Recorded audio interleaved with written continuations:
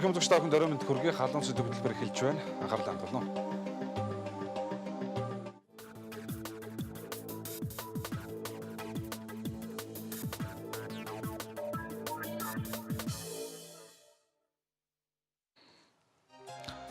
Хөтөлбөрийн эхэнд өнөөдөр болсон онцлог үйл явдлуудын заримыг танилцуулъя. Улсын хурлын намгын газрын дарга Болдбаатар энэ сарын 13-нд тохиож байгаа үндсэн хуулийн өдрийг тэмдэглэн өнгөрүүлэх талаар мэдээлэл хийлээ.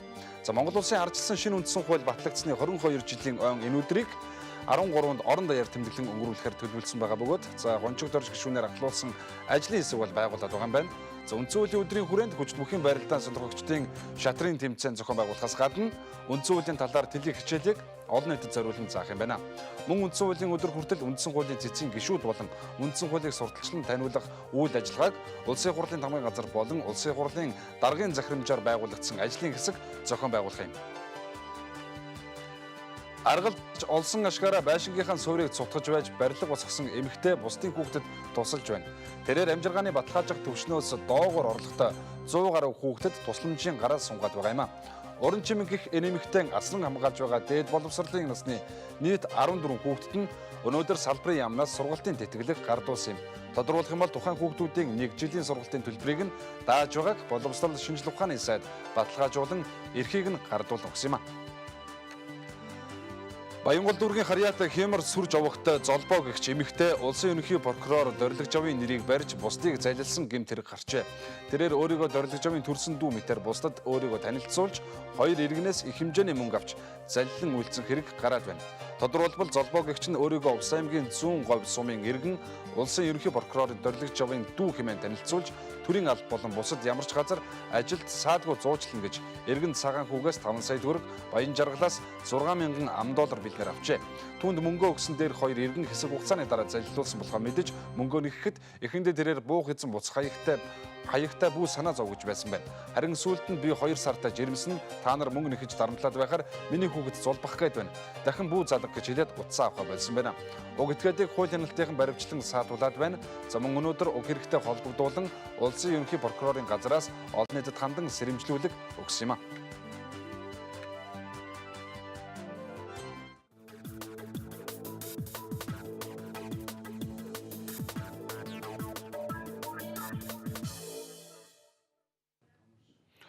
Халуун сэдв хөтөлбөрийн эхэнд өнөөдөр болсон онцлог үйл явдлуудын заримаас нь танилцууллаа. Тэгэхээр өнөөдөр нэгэн үйл явдлыг бол онцолж байна. Юу гэхээр хуучнаар хэд нэгэн эсрэг талд барилга Макс Таврын барилга дээрээс төмөр унаж хүний амь насанд хүрсэн ийм онц ноцтой хэрэг бол өнөөдөр гарлаа.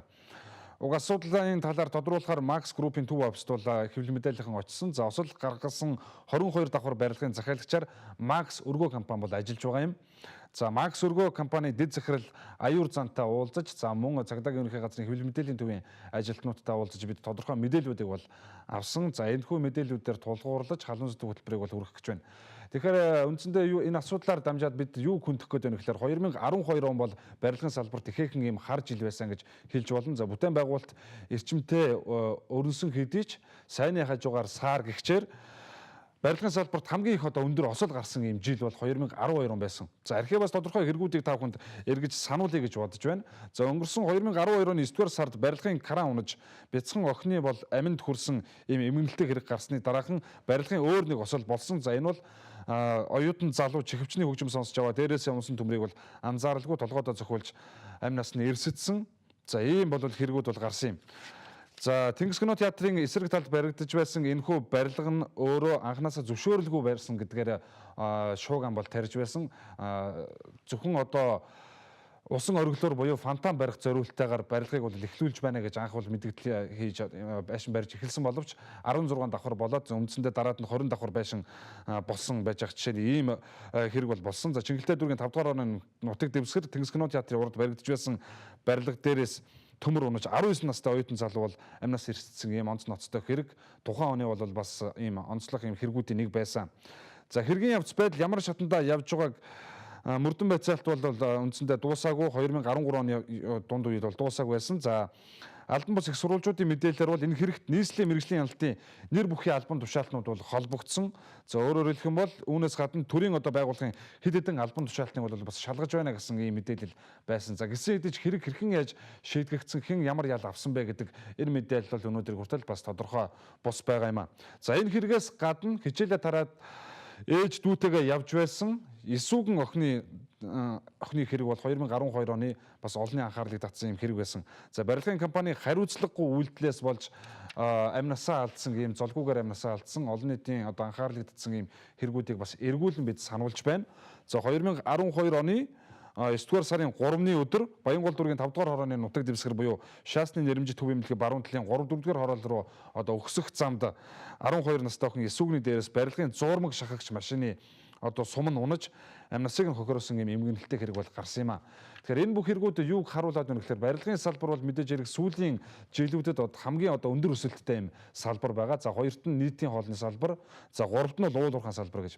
Тэгэхээр мэдээж хэрэг сайнны хажуугаар сар гэгчээр мэдээж хэрэг ажил хийж байгаа тохиолдолд алдаа дутагдал гарч таарна. Гэхдээ барилгын норм дүрм төр хөдөлмөрийн аюулгүй ажиллагааны норм дүрм журам заавраа биелүүлээд ажиллаж байсан уу? Эсвэл энэ журам заавруудыг огт биелүүлэхгүйгээр зөрчөөд ажиллаж байсан уу гэдэг энэ асуудал бол хоёр тусдаа яригдах юм. Өөрөөр хэлэх юм бол дүрм журмынхаа дагуу үйл ажиллагаа явуулж байгаад осол гарсан тохиолдол, за дүрм журмын дагуу бус явж байгаад өөрөөр хэлэх юм бол тэр чүүхэл барилга барих зөвшөөрөлж аваагүй үйл ажиллагаа явуулж байгаад хүний амь насанд хүрсэн юм онц ноцтой хэрэг бол Тэнгис кино театрын хажуугийн барилга бол болсон. За үндсэндээ энэ барилга өнөөдөр бол баригдаад дуусах шатанд орж байгааг бүгдээрээ нийслэл Улаанбаатар хотын иргэд бол мэдж байгаа хаа. За нөгөө талдаа эсүүгэн охины хэрэг бол бас барилгын норм дүрм журмаа бол хэрэгжүүлээгүй, аюулгүй ажиллагааны дүрм журмаа бол хэрэгжүүлээгүй ийм хэрэгүүд бол болсон юм а. Тэгэхээр барилгын салбарт аюулгүй ажиллагааны энэ норм дүрм журмуудыг хэрэгжүүлэх, за хяналтыг чангадгах, сайжруулах юм асуудлыг бол дахин бас ярьж эхлэх нь зүйтэй маа гэсэн ийм зүйлүүдийг өнөөдрийн мэдээлэл бол харуулж байна. Яагаад гэвэл тухайн үед бид нар нэлээд их ярьсан. 2012 оны намар энэ хэрэгүүдийг нэлээд ярьсан боловч за 2013 оны туршид барилгын салбар нэлээд бас сэргэлттэй байсан. Энэ жилийн хувьд бол харьцангуй статистик тоо мэдээлэл аваад үзэхэд бол харьцангуй барилгын салбарт гарсан норм дүрм журмын зөрчил, аюулгүй ажиллагааны зөрчил бол харьцангуй гайгүй байсан. За 12 оны туршид энэ хэрэг олон нийтийн анхаарлыг татж байгаад 14 он дөнгөж гармагц Макс Тауэрын барилга дээрээс төмөр унаж хүний амь насыг хөнөөсөн ийм хэрэг бол гарсан олонний анхаарлыг бол татаад байгаа юм а. Тэгэхээр энэ салбар барилгын салбар өөрөө бас нэлээд ийм эрсдэлтэй энэ асуудлууд бол байсаар байна гэдгийн бас юм нотлохоо болж байна гэсэн үг юм. За 2012 оны статистик тоо мэдээллийг бол бас сонирхолтой үднэс мэдээлэх нь зүйтэй байх. За нийслэлийн хэмжээнд 2012 онд баригдаж байгаа барилгууд дээр нийтдээ 161 гэмтэрэг бүртгэгдснээс за хөдөлмөр хамгаалалт эрүүл ахуйн журам зөрчсөний үүднээс гарсан гэмтэрэг бол 37 бүртгэгдсэн байгаа юм. За үүнээс 26 нь буюу 70.2% нь бол хүний амь насыг хохироосон ийм хэрэг гарсан нь бол харамсалтай юм хэрэгүүд бол гарсан байгаа маа. Тэгэхээр энэ төрлийн гэмт хэрэг 2012 оны тоо мэдээллийг аваад үзэхэд 2011 онтой бол харьцуулахад 62.6%-аар өссөн бөгөөд за 25 хүн харамсалтайгаар амь насаа алдсан ийм тохиолдол болсон байгаа юм. Үндсэндээ 2012 он бол барилгын салбарын бүтээмж өндөр байсан хэдий ч хажуугаар нь хүний амь нас хөнөөгдсөн барилгын норм дүрм журмаа бол хэрэгжүүлээгүй ийм олон тохиолдлууд гарсан. Эндээс сургамж аваад 2013 онд статистик төв мэдээлэл гайгүй байсан хэдий ч 14 он гарангууд ийм онц ноцтой хэрэг гарч байгаа нь бас дахин анхааруулга сануулгын юм дохиог бол илэрхийлж байна гэсэн үг. За бид өнөөдөр Макс өргөө компани удирдлагуудтай дэд захиралтай уулзаж бол бас мэдээллийг авлаа. За Макс өргөө компанийн захиалагч компанид очиж бас тодорхой тухайн үед бол уулзаж энэ хэрэг гарахаас өмнө уулзаж бол мэдээллийг 2 сар гаруй өмнө уулзаж акт тавьсан байдаг. За яг энэ төмөр унж ирсэн хэсэг дээрээс бол энэ үйл ажиллагаа явуулж цаашаа болохгүй юм байна шүү. Энийг зогсоогоорой гэсэн актыг тавьсан байхад за тухайн гүйцэтгэгч компани бол энэ тавьсан шаардлагыг хэрэгжүүлээгүй үйл ажиллагаа явуулж байсны улмаас өнөөдөр энэ хэрэг бол гарчээ гэж шууд дүгнэхээр юм үндэс бол баримтуудаас харагдаж байгаа юм. За Макс өргөө компани дэд захиралтай уулзаж ярилцсан байгаа. За тэрээр өнөөдөр юу хэлсэн бэ гэдгийг үзүүлье. Тэнгэлтэй дүүргийн нутаг дэвсгэр дээр манай захиалгаар бариулж байгаа офис үйлчлэгээний зориулалттай барилга дээр энэ үйлдвэрлэлийн осол болсон байна. Тэгээд бид бол энд гүнээх харамсаж байна. Мэдээж хэрэг осол бол хинч хүсдэггүй. Тэгэхээр бид нар энэ осол болсонд маш их харамсаж байна. Тэгээд хохирогчийн ар гэрд ч гэсэн бид нэр одоо холбоо тогтоохоор ажиллаж байна. Тэгээд үндсэн юм юу болсон бэ гэхээр манай компани бол энэ барилгыг захиалгаар бариулж байгаа. Тэгээд энэ барилгын гүйцэтгэгч компани Фасадин гэдэг компани байдаг. Тэгээд Фасадин компани маа төлөөлөгч ирж харахаа амжаагүй байна л да. Энэ бол одоо нөгөө хуулийн байгууллагуудад одоо мэдээлэл өгж байгаа. Өнөөдөр болсон энэхүү ноцтой хэрэг бол өмнө нь Макс Сурго компанийн өөрсдөө хяналтаа тавьж за тухайн компанид бол гүйцэтгэгч компанида одоо очиж шаардлага бол хөргүүлж байсан байдаг. За баримтыг үзүүлье. Макс Сурго компанийн аюулгүй ажиллагааны инженер өнгөрсөн онд захиалга өгсөн барилгын ажлын явцдаа танилцж гүйцэтгэгч байгууллага болох Фасад энэ компани үйл ажиллагаанд бол шалгалт хийсэн байгаа юм. За ингэхдээ гадна тогтчлтын өргөгч гарант зориултын бус хүндрүүлэгч ашиглаж байгаад акт тогтоож үйл ажиллагааг зогсоох юм шаардлагыг тавьсан байгаа юм. За фото зурган дээрээс харж байгаа та бүхэн шаардах хуудас баримтыг бол харж байна. За ийм шаардлага тавьчихад эргүүлээд шаардлагыг нь биелүүлсэн хэсэгт бол хяналт тавиагүй орхисон байгаа. За үүнээс болж өнөөдөр гэмгүй ажлаа хийж авсан хүний амь нас бол хохироход хүржээ гэж шууд дүгнэж болохоор байна. За график дээрээс та бүхэн фото одоо зурган дээрээс та бүхэн харж байгаа 10 дугаар сард үндсэндээ бол энэ актыг тавьсан байдаг.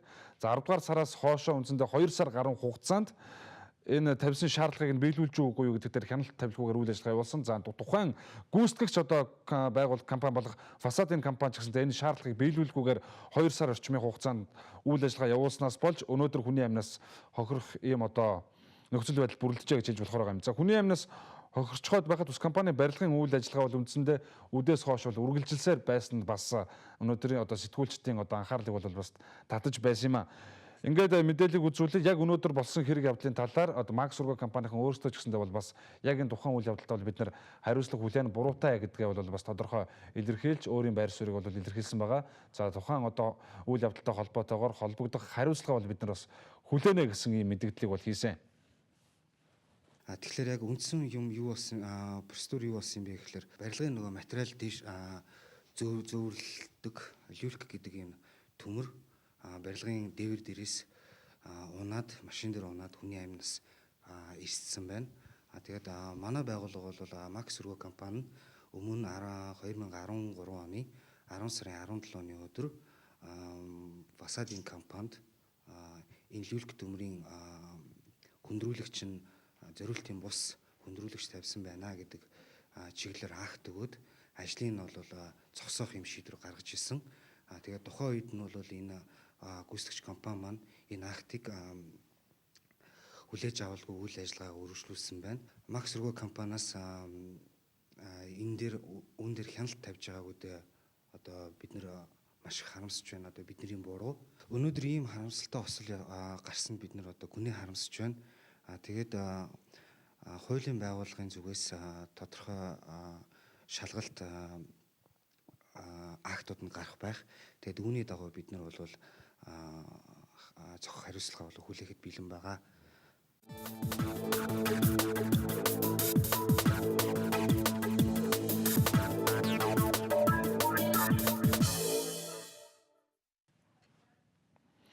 Өнөөдрийн болсон харамсалтай хэрэг явдал дээр бол өргөгч тавцангийн дээвэр дээрх бэхэлгээ ингэж мултарч шидэгдсэн байгаа. За өөрөөр хэлэх юм бол төв замын 3 дугаар игнэнд явж байсан машины дээвэр дээр унана гэдэг бол өөр нэлээд хүчтэйгээр савлагдаж ингэж одоо харвагдаж бол шидэгдсэн байна гэдэг нь бол тодорхой байгаа юм. За газар дээр нь ажилласан одоо их сурвалжууд бол үүнийг бол нотолж байгаа юм а.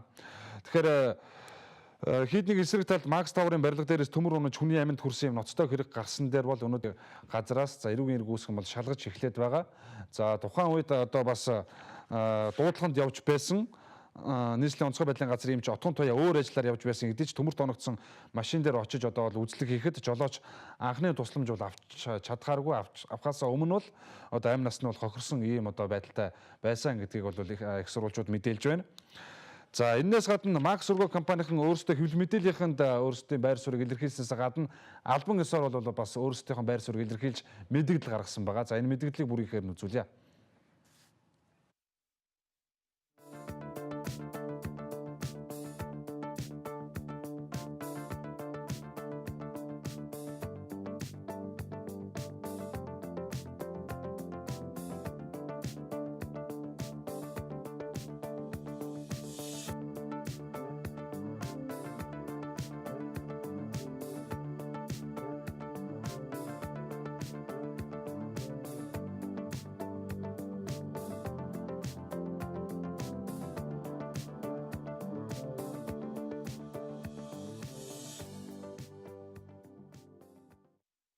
Тэгэхээр бид нэг зүйлийг анзаарч харах хэрэгтэй болж байна. Барилгын салбарыг бол засгийн газар төрийн зүгээс бол бодлогоор маш эрчимтэй дэмжиж байгаа. Өнгөрсөн 2013 оны туршид бол одоо бондын их усүрээс санхүүжүүлж барилгын одоо материал үйлдвэрлэгчдэд маш хөнгөлөлттэй одоо урт хугацаатай, тодорхой хугацаатай одоо зээлийг бол олгосон. За материал үйлдвэрлэгчдэд олгосноос гадна барилга яг одоо барьдаг одоо компаниудад бас бол зээл бол олгосон. За барилгын материал импортлдог өмнөд хөршөөс барилгын материал импортлж оруулж ирдэг одоо бас компаниудад байгууллага хүмүүст бол тодорхой хэмжээний бас хөнгөлөлттэй юм зээлийг бол олгосон. Энэ бүхэн өөрөө юуг харуулж байна гэхээр 2013 онд засгийн газар Монгол банкны зүгээс барилгын салбарыг бол маш эрчимтэй сайн дэмжсэн. За энэ хүрээнд ч барилгын салбар бол хамгийн одоо өндөр өсөлттэй салбараар бол 2013 оны хувьд бол тодорхойлогдож байгаа. За нэгдүгээр барилгын салбар, хоёрдугаарт нийтээ бол, гуравдугаарт бол уул уурхай гэсэн ийм статистик тоо мэдээ бол гарсан байсныг та бүхэндээ онцолж өмнө нь бол хүргэж байсан. За энэ ч үүднээс 2013 онд барилгын салбар хэдийгээр өсөлттэй ажил бол эд буцалж байсан ийм сайн үзүүлэлттэй байсан боловч за бас нөгөө талаасаа хөдөлмөр аюулгүй ажиллагааны үйл ажиллагааны дүрм журмаа бол хангалттай сайн одоо барьж ажиллаж чадсан гэсэн ийм дүгнэлтийг хөндлөнгийн одоо шинжээчд бол өгдөг. Өөрөөр хэлэх юм бол 2012 онтой харьцуулж харах юм бол 2012 онд барилгын салбарт норм дүрм журмаа бол мөрдөөг үүдсэн ийм гэмт тэргүүд бол өмнөх жилүүдтэй харьцуулахад хамгийн одоо өндөр үзүүлэлттэй байсан. За энэ 2012 онтой харьцуулахад энэ үзүүлэлт бол буурсан ийм хандлагатай байсан юм. За 2014 он дөнгөж гарангуут одоо энэ мэт юм ноцтой хэрэгүүд гарч байгаа нь өөрөө нэгэн сануулгыг өгж байна. За энэ хавраас удахгүй дахиад барилгын ажил бол эрчимтэй үргэлжлэнэ. Засгийн газраас дэмжиж байгаа барилгын салбарын дэмжлэг бол үргэлжлэнэ. За дээрэс нь энэ дэмжлэгийнхаа хэмжээг уламж одоо нэмэгдүүлэх юм одоо мэдээлэл бол байгаа. За барилгын салбарын ч гэсэндээ өөрсдөө бол бас хөнгөлтэй зээлд хамрагдах энэ барилгын компаниудын тоог бол бас нэмэгдүүлэх юм саналтай байна гэдгээ бол оны эхэнд бас илэрхийлж байсан. Тэгвэл 2014 оныг аваад үзэх юм бол барилгын салбар ихээхэн эрэлттэй, ихээхэн одоо бас өндөр одоо өсөлттэй юм салбар бол байхаар бол харагдаж байна. За энэ хүрээнд хамгийн одоо ноцтой анхаарах ёстой зүйл гэвэл барилгын одоо аюулгүй дүрм журам, хөдөлмөр аюулгүй ажиллагааны үйл ажиллагааг бол нэг талаасаа барилгын салбарын өөрсдөө мөрдөх, за нөгөө талаасаа хяналт тавьдаг байгууллагууд, дүрм журмыг тогтоодог байгууллагууд бол бас нэлээд сайтар ажиллах юм шаардлагатай байна гэдэг ийм сануулга бол боллоо гэдэг ийм дүгнэлтийг бол хийж болохоор байна. Ингээд энэ өдрийн гарсан хэрэг дээр цагдаагийн ерөнхий газрынхан ажиллаж байна. За ямар мэдээллийг өгсөн бэ гэдгийг үзүүлье. 2014 оны 1 сарын 7-ны өдөр Чингэлтэй дүүргийн 5 дугаар орон нутаг дэвсгэрт байрлах Max Tower энэ байрлал дээр туслан гүйцэтгэгчээр ажиллаж байсан Mesh Class энэ компани гадна фасадны өргөж самхны бэхлэгээ төмөр унаж үүний улмаас замын хөдөлгөөнд оролцож явсан Land 200 маркийн автомашин дээр унаад ингээд тухайн автомашин зорчиж явсан нэг хүний амнисыг бол хохироос ийм хэрэг гарсан. Энэ хэргийг бол Чингэлтэй дүүргийн цагдаагийн 1-р хэлц дээр эрүүг хэрэг үүсгээд ингээд шалгалтай ажиллагаа маань үргэлжлээ явагдаж байна. Тухайн тээврийн хэрэгсэлд бол одоогоор бол нэг хүн зорчиж явсан гэсэн мэдээлэл байна. Энэ хэрэг дээр тухайн компани талаар болон бус зүйлийг бол тодруулахаар Чингэлтэй дүүргийн цагдаагийн 1-р хэлцээ албаагч нар мөрдөн шалгах ажиллагаа үргэлжлээ явуулж байна. Халуун сүлжээ хөтөлбөрт анхаарал хандуулж байгаад баярлалаа. Хөтөлбөрийн төгсгөлд уламжлал ёсоор Eagle цэгмийн сайт тавигдсан мэдээлэлээс онцлог өргөх гэж байна. За Сочиг олимп болох уу үгүй юу гэсэн эргэлзээ төрүүлсэн асуудал дэлхийн нийтийн анхаарлын төвд байсаар байна. Энэ халуун сэдвийг Eagle цэгмийн дэлхийн мэдээний халуун сэдвтэй онцлсныг үзэгчдэнд одоо хүргэе. За 2014 оны өвлийн олимп эх сарын 7-оос 23-ны өдрүүдэд Оросын улбаны улсын Сочи хотноо болох юм. За 2013 онд дэлхийн онцлог хүнээр тодорсон Владимир Путиний хувьд Сочийн олимп тунч том асуудал болоод байгаа юм. Оросын улбаны улс өнгөрсөн 6 дугаар сард ижил хүйснүүдийн эсрэг хууль баталж 18-аас доош насныханд ижил хүйснүүдийн тухай ярихыг хориглосон тогтоомж хүртэл гаргасан юм. За үүнтэй холбогдуулан Владимир Путинийг хүний эрхийг зөрчиж байна хэмээн эсэргүүцэх хүн олон байсан хэдий ч Сирийн асуудлыг эв зүүгээр зохицуулах санаачлаг гаргаж Сноудныг улсдаа оргинохыг зөвшөөрсөн зэрэг нь түүний рейтингд эргээр нөлөөлсөн юм а. Тэрээр олон нийтийн зүгээс эрх таагүй хандлагыг арилгах зорилгоор өнгөрсөн оны эцэст үндсэн хуулийн 20 жилийн он үеэр хоригдлуудад өршөөл үзүүлсэн билээ. Путинийг эсэргүүцэгчд болох Пусериот хамтлаг Оросын газрын тосны магнат Михаил Ходорковский нар уг өршөөлд хамрагдсан юм. Энэ нь Путинийг хүний эрхийг зөрчих чимээг тодтоглоос салгах зэвсэг болсон гэж дүгнэж байна. За гэвч өршөөлөөр суллагдсан Пусериот хамтлаг өвлийн олимпийг бойкотлох төлөвлөгөөгөө хэрэгжүүлж мөн Сочи хотын ойролцоо халдлага болсон зэрэг нь энэ оны өвлийн олимп аюулгүй болох эсгэд эргэлзэхэд хүргээд байгаа юм а. Харин Оросын улмын улсын ерөнхийлөгч Владимир Путин, ерөнхий сайд Дмитрий Медведев нар олон нийтийн дунд таагүй хандлагатай байгаа Сочигийн Олимпийг сурталчилсан байна. Тэд өнгөрсөн Бямбарагт Сочи хотод хүрэлцэн очиж, Олимпийн барилга байгууламжийг шалгаж эхэлсэн байна. За Путин, Медведев нар Олимпийн бүх байгууламжийг нэг бүрчлэн шалгах юм. За тэд хамгийн түрүүнд цанын талбайг шалгаж хамтдаа цанаар гулгасан байна.